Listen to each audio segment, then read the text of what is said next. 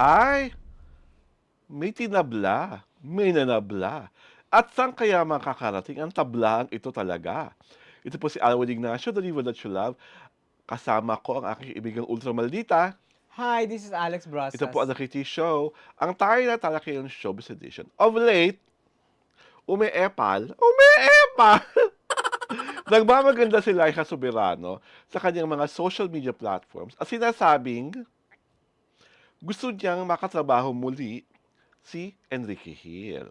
At eto na nga, balita ko, si Enrique Hill daw ay tinabla na itong si Laika Soberano. Mare, ikaw nga ang magkwento kasi alam ko, lumabas ito sa pitak mo. Lalabas. Lumabas na. Mm. Tawag dito, kasi itong si Liza Soberano, nagpaunlak ng interview. Parang, she was in an event Mhm. recently here.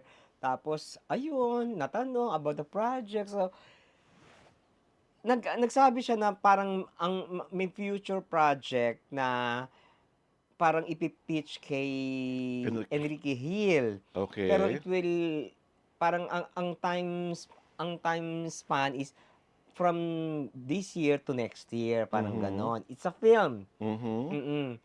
Ngayon, merong parang nakakakilala masyado kay Liza Mhm. sa sa X, 'di ba? Dating Twitter. Sinabi niya, rejection or your honor ang Hmm. ginawa ni Enrique Hill. Mhm. Kasi 'di ba ang chismis nakikipag-live-in na ito si Liza kay Jeffrey O, yung Yes. Korean. Mm. So parang, gusto ni na, "I don't want to have anything to do with you anymore." Yun ang drama Mhm. ni Enrique Oh, Hill. super move on na siya. Oo, At super hindi move ko on na hindi na kita siya. kailangan para sa karir Oo ko. nga. At saka kasi ito si Liza naman 'di ba, parang nalait-lait tuloy siya sa ex, 'di ba? Mhm. "Oh, I thought you don't want to be in a love team." Yes. Oh, bigla ngayon nakikipag-ano, "Bakit naghihirap ka na ba?" Oh, Mhm. "Ay, yan na pala ng mga ambisyosa. Akala Mhm. mo magaling ka, akala mo magiging Hollywood star ka, Mhm. gano'n-gano'n, chuchu. Ngayon babalik ka dito tapos sasabihin mo." Kasi sabi niya open na rin siya to do series here. Oh, Mm. is she back in Manila for good? Or Dapat pabalik-balik siya? dapat she should be back for bad. Lumayas na siya, Mhm. no? 'Di ba hindi siya kailangan ng Ah. Pilipinas? My God, 'di ba? Parang, ha? Bakit ka why are you coming back? 'Di ba? Dapat you to pursue your Hollywood dream, doon ka mamalagi, 'di ba? My Hmm. God, Oh, anong gagawin mo well, dito? ako kasi sa'kin, choice mo naman 'yan, Liza. Eh, alam naman natin na kahit saan ka pumunta, kaya sa Korea pa yan, sa Zimbabwe, sa South Africa, ang kalakip ng isang matagumpay na karera, maliban sa ganda, maliban sa talent, ay swerte at koneksyon. Obviously, yung mga namahala ng karera mo dati sa Hollywood, which was careless of James Reid, ay kulang sa swerte at kulang sa koneksyon. Oo, pinuri ka sa iyong performance sa Liza Frankenstein na talaga namang badly reviewed movie at kung tanging performance mo lang ang naalala ng lahat ng tao. Pero ang nakakalungkot doon, pagkatapos ng rave reviews mo, walang follow-up project.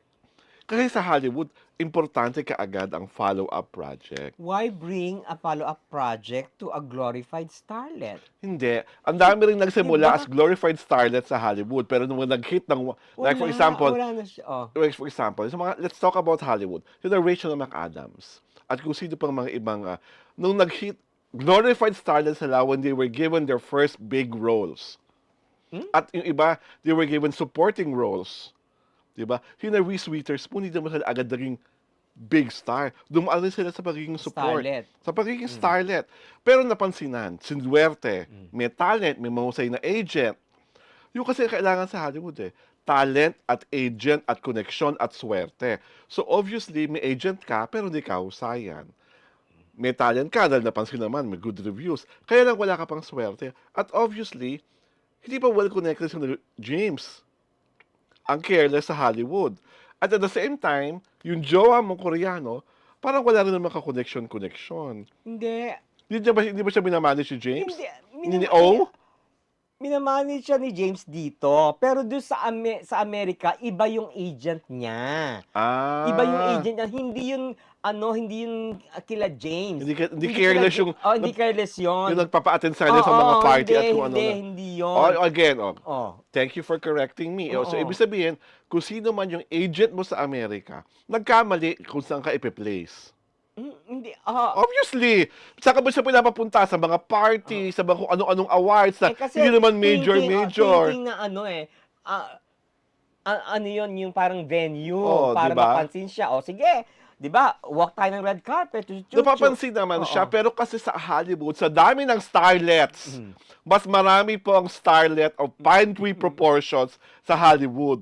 Na, tignan nyo naman, oo, sa Pilipinas, ang ganda ni Liza, maganda. Mm. Pero sa Amerika, napaka-bland ng itsura Common. niya. Ang daming mas maganda sa kanya. Mhm. Mas nakaka-L, mas may X-factor, mas may character. Tsaka tumaba siya, eh. Diba? Huwag Tumaba na natin siya. problemahan yung pagtaba. Kasi sa Amerika, kahit mataba Mhm. ka, kung may Mhm. talent ka, may swerte ka, may career ka. Mhm. Sa Pilipinas lang naman ginagawang issue yung pag mataba ka, laos ka. Sa Amerika, ang daming matabang superstars. Diba? Si J-Lo, voluptuous. Si Beyonce, voluptuous.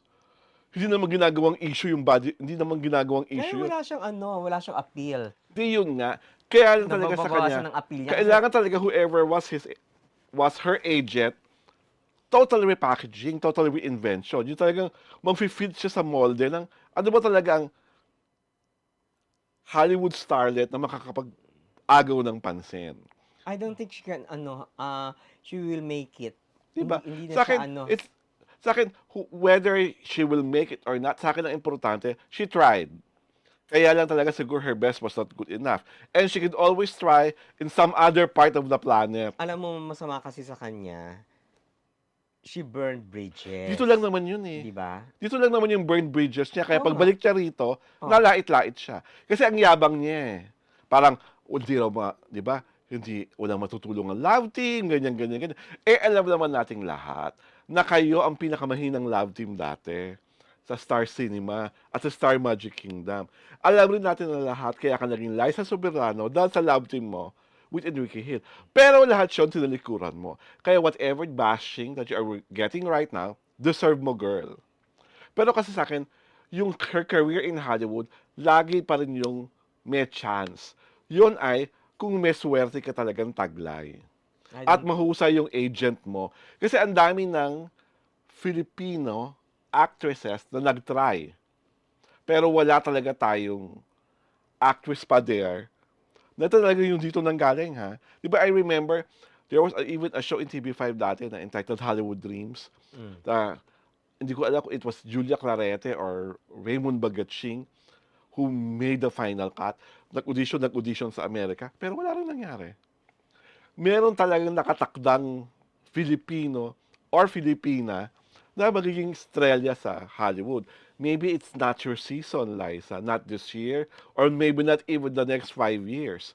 Baka kailangan mas tumanda ka, mas malosyang, mas magkaroon ng gravitas para manalig silang lahat sa iyo. Kasi lagi lang, di ba, I remember, di ba, sa Techi Agbayani nung araw, nag-attempt din, pero wala rin. Support-support lang sila. Puro starlet roles. Mm. So, nakasayo na yun, Liza. Pero dito, sana magbago ka na rin ng ugali. At wag mo na kaming linlangin na may babalikan ka pang career. Kasi obviously, wala na. Oo, tsaka parang dapat nagsu-surprise na lang siya tapos na ang project, ayan nakalataw na. Oo. Dapat gano'n na lang. Hindi yung para may Kasi paandar. oo, 'di ba, paandar mo. The last time na you were here, ang sabi mo may gagawin kang 3 projects, 1 movie, 1 reality show, 1 series. Oh, what happened to them? Diyos ko, 2025 na, 'di ba? Parang, Walang natuloy. Oo, walang natuloy, 'di ba? Parang you're all form, no substance. My God. Diba? 'Di ba parang So, ang sa amin lang is that, well, choice mo naman yan. Ikaw, gusto niya yan, di ba, Mare? oo, tsaka hindi tawag dito, Liza, you're only beautiful. Period. Mhm. At dahil nga only beautiful ka lang, Liza, at para mas lalang bumongga ang iyong karera at marami pang maging OC sa sa'yo, girl, At sa marami pang iba, subscribe na po kayo sa aming YouTube pahina. Siyempre pa Ka-Diario Torada at sundan niyo po kami sa aming Facebook page para hindi kayo maeskupan. Ito po si Alwin Ignacio, The Village Love. Kasama ko ang aking kaibigang Ultra Maldita. Hi, this is Alex Ito Brosas. po ang The Hitty Show, ang tayo na talaking showbiz edition. Magandang Sabado po sa ating lahat. And happy Valentine! Of course, post na.